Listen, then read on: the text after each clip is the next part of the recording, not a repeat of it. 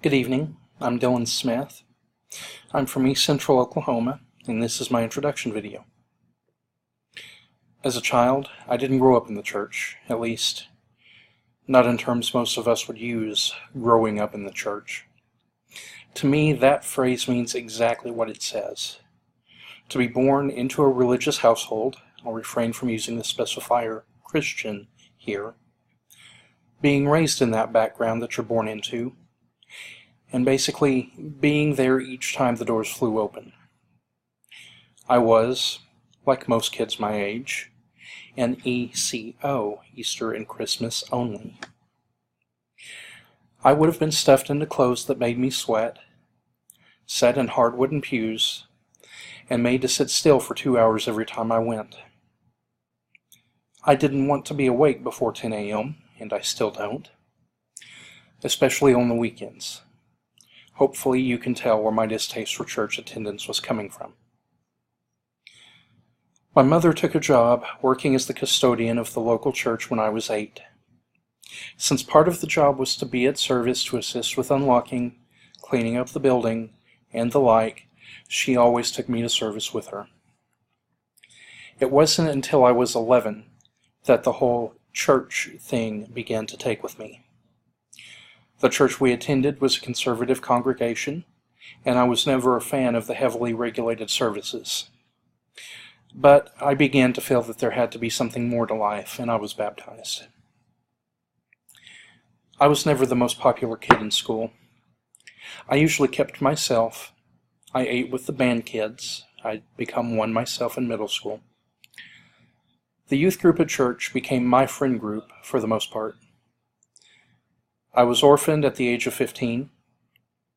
My parents died from cancer, Dad from lung cancer and Mom from leukemia. This plunged me into a crisis of faith. I struggled to see how God could make something of the mess that was my life. I pressed forward with my high school career, graduating with honors. My college career was a different story. During my freshman year, I started not going to church, and at times I even refused to go to class.